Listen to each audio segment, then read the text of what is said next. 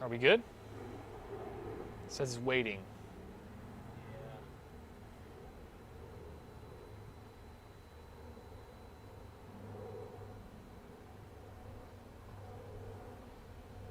Upcoming.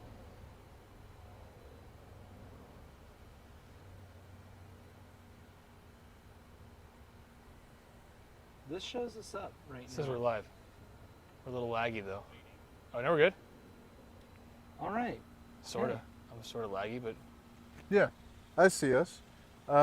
Hey, in the comments, if you could, tell us how we're looking and how All we're right. sounding. Thank you, Too Clutch, Too Corey.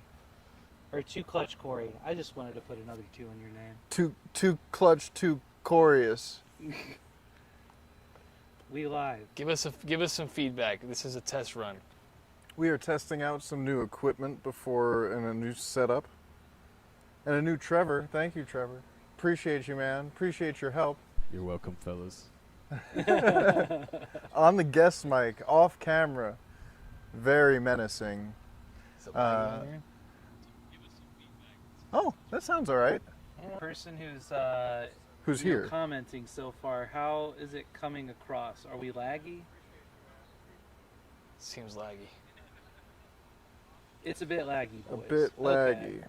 Well, I guess we're just gonna power through. We'll run it for a little bit and see what we can do. Very choppy camera, but audio is sweet. Okay. Okay. Now we're getting audio volume is low, Trevor. Should we turn up? I know we're in your ear. Okay, Yeah, you we're got good. us. Okay. Cool. Check. Okay. All right. You know what? If we've got sound, we can keep Yeah, going. Yeah, we have sound. We're And fine. and Just know it will be laggy next time. yeah, we'll figure out the wireless hotspotting deal This is a test run, y'all. So, right. and why are we test running this, Tom? because we have something big coming up for the Silver and Black Coffee Hour. We're doing a live show from the Spurs draft watch party in Austin, Texas at the Armadillo Den, Wednesday night, 6:30. Come hang out. We're gonna be there. We want to talk to you. We want to give away shirts. What else are they doing? With our new logos. We're getting drink tickets for the first 100 of our subscribers that come check in with us. Or so- show that they're subscribed. Right. Yes. So very, very excited for that. Very thankful for the opportunity. And you can subscribe while you're there, and then go get a free drink ticket. There's not like a timeline on this. Yeah, we'll have a QR code you can pull up and hit the poster. It's gonna be sick. It's gonna. I'm really, really excited for this. I'm excited to see. I actually bumped into a Spurs fan at the grocery store today. Pulled up to the HEB, and she had the Go Spurs Go sticker, and we started talking about it, and I asked her what she thought about KD, and we'll get to KD. But asked her what she thought on that, and she was like, I kind of hope we don't, because we'd have to say goodbye to some people I really like. So really excited for all of the real Spurs fans in Austin, something that we care very much about as those real Spurs fans in Austin. Yeah. Well, you guys are tweeting it out. Yeah. I'm back from Europe. Yeah, how was things across the pond, my guy? Man, going to places with really good public transportation systems is pretty great. Shout out to public transit, for sure. I really enjoyed that. The wedding was awesome. I wore a kilt. Saw that. Yeah. Looked good. Thank you. Looked correct, even. I did some, not research, just like a proper Scottish man told me, like, the proper way to wear a kilt. And, there's probably people out there watching this, of the 9 that are watching, that are probably like, hey, did you wear underwear? I was going to say, is that the proper way to wear a kilt? Is Technically, yes. Okay. So, my wife did not like the idea of me going to a wedding. full camo mode for Right, the right, entire right. night. But I would say later in the night, the DJ, his name's Topaz. He's a great guy. He lives here actually in Austin. Topaz was ripping heaters inside this Scottish reception hall, Uh-huh. and everybody is drunk. They also gave everybody espresso martinis to like Right. kick it off, and I just grabbed 2 and was like, damn. Oh yeah, okay. And so it's later in the evening, and Topaz is like, if you have a kilt on, I need you to take your underwear off and throw it on this chandelier. And Okay. so there were about 10 of us that wore kilts, and we all took off our underwear in front of everybody. And I did throw mine on the chandelier, but I put it in a place where I could grab it. Some of my friends threw theirs way too high and could not get them down. So so underwear on chandeliers, heaters inside. Sounds like a great time. I guess that's how they do it over there. Yeah, you know. I mean, Teach his own. you know, And you went great party. you went and checked out.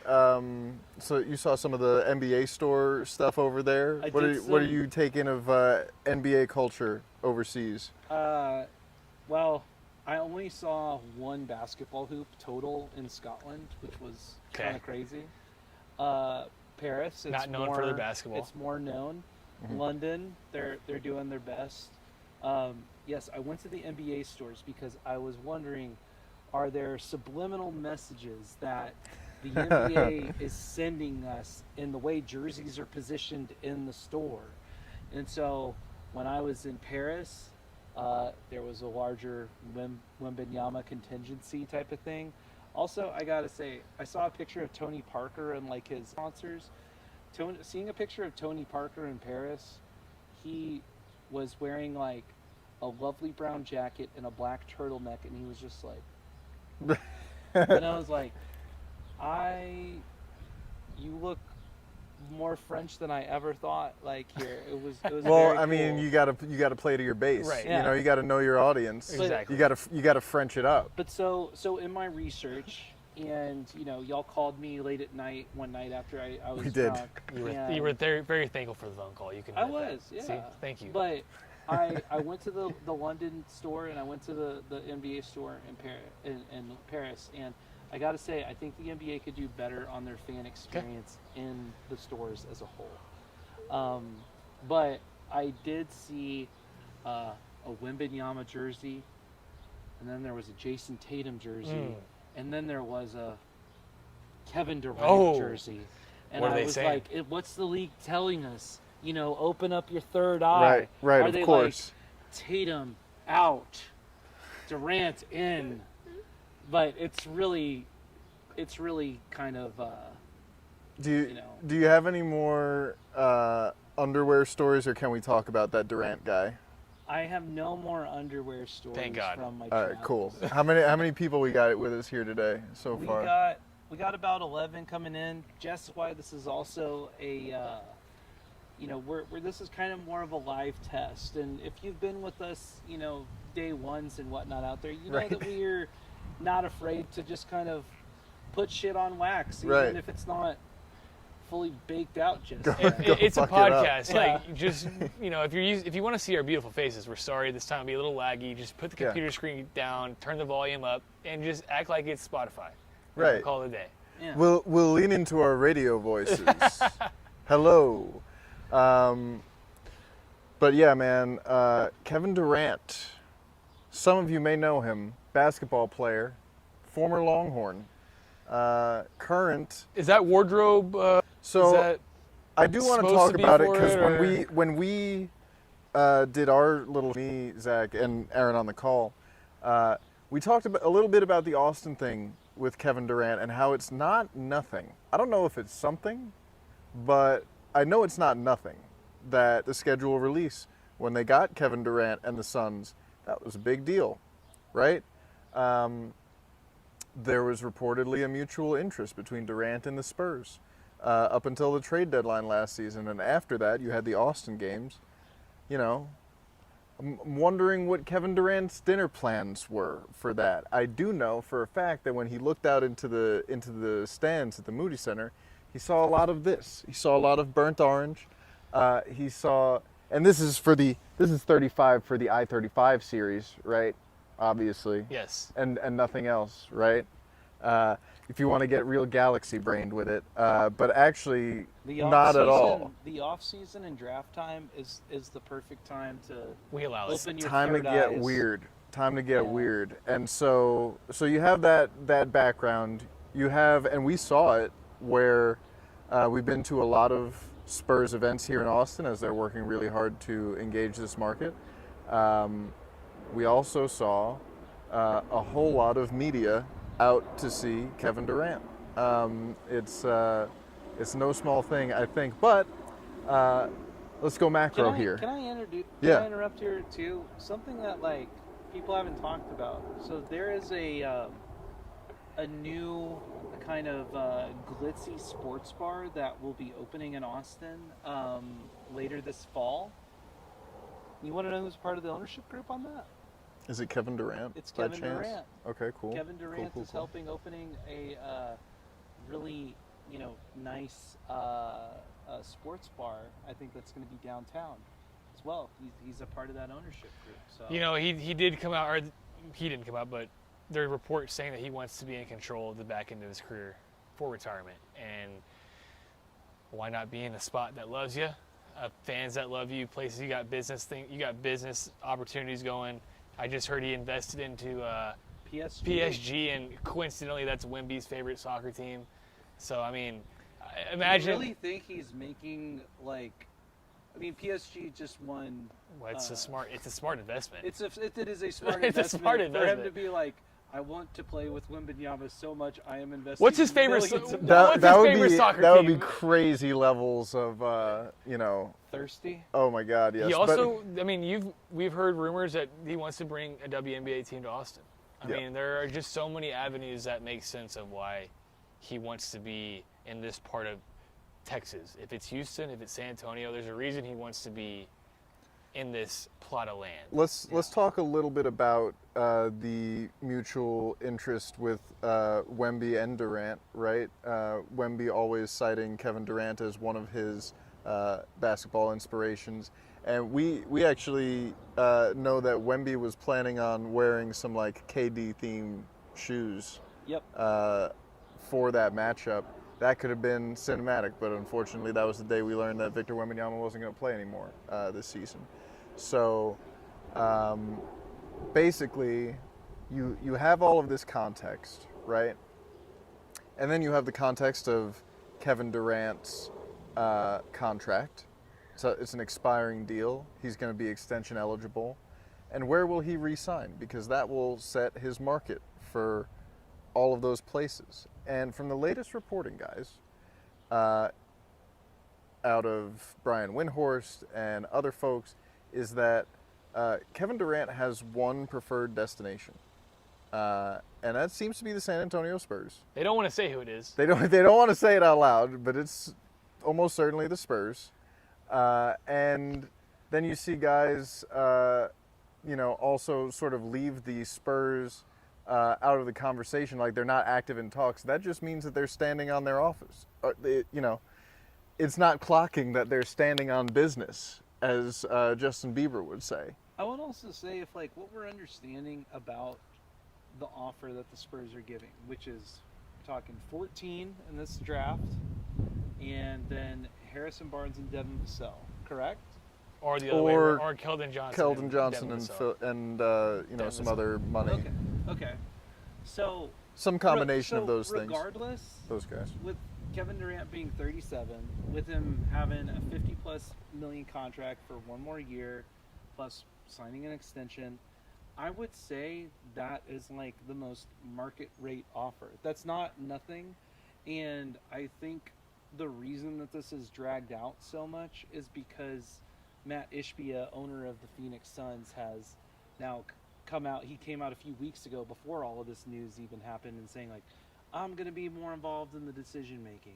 And that leaked to the press, or he leaked it to the press, and so everybody saw it and kind of dunked on him because it was okay, weirdo. And then he went and hired a bunch of other Michigan State folks. Mm-hmm. And so now, as the owner who has come out publicly and saying I am here making decisions with the team, I feel like he has more of his ego tied up in this decision making, 100%. in that sort of thing. And so that's part of why I think has just seemed so messy with who's leaking out to the team and everything like that right now. So I think his ego is really wrapped up into how is this, going to play out for me. And so when he's like saying like, we're not getting competitive offers, like, no, you're actually not going to get like over market rate value for a 37-year-old Kevin Durant at this point. This is not the Desmond Bain situation to Orlando, because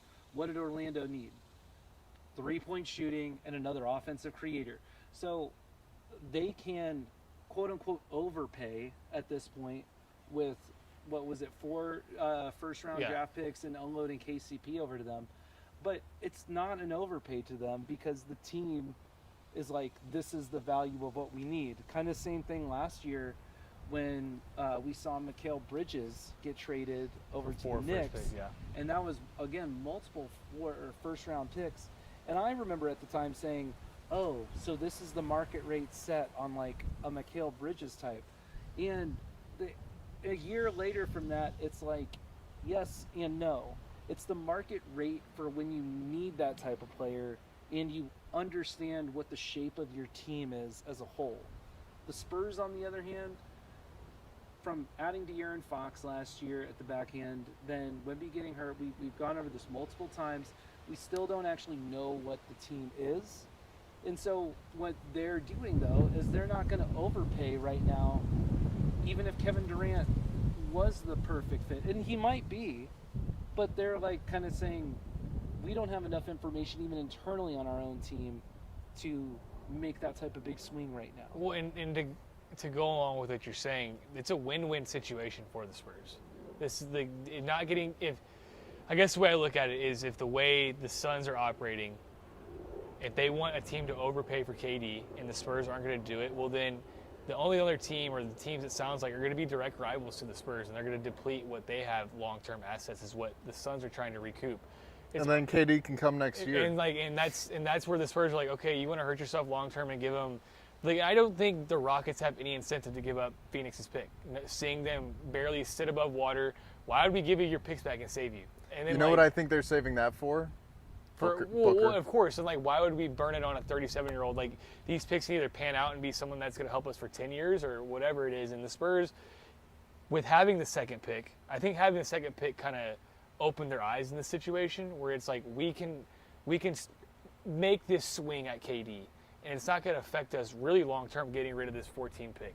And I think we've got a good sample size of, you say the Spurs don't know what the team, I think they've got a good sample size of Keldon Johnson and Dem Vassell as in their career, where they, and that's. I agree with you, like, on an individual level, but like the makeup of the team, we don't really know where a thousand percent. I made the comment to Tom when we were having this conversation last time where he was like, well, they don't know. And I said, wasn't the perfect time when you don't know to add something so we can really fit, like, it, Wemby and KD, or Wemby and Fox haven't really formed this great on-court that we saw with our eyes, because they didn't have enough time to play with each other and practice with each other. Whereas, like, okay, well, why not add another piece now? This is the best opportunity before everyone starts getting these habits with each other, to add a guy like KD to figure out spacing with each other, work as a 3-man instead of a 2-man. I don't know. I just think there's great opportunity where there's a win-win situation. If you don't get KD, you still have Wemby and Fox, and that's fantastic duo. That's a dangerous, dangerous duo, and you have this team around him that the Spurs are comfortable with it working. And if they do get KD, it's fantastic too. To, wrap this kind of soon, just given the state of the video, and see if we can post-mortem some things. Yeah, sure. Appreciate everybody bearing with us. Hopefully we're still sounding okay. What are the comments saying? Are we still sounding okay? least? We're definitely choppy, but like, we kind of knew that was going to be the case, and we'll engineer some solutions. Yeah, we already know the prescription to the diagnosis. Right. I do want to say before we go that this is very clearly a situation where you're watching somebody attempt to negotiate with no leverage. Like, have you ever played poker heads up against a guy who has more chips and better cards? Not very fun. It's not a great time. Yeah, that's kind of what's happening here. And, I described it the other day as like, it's like a hostage situation where the guy doesn't have a hostage or a weapon.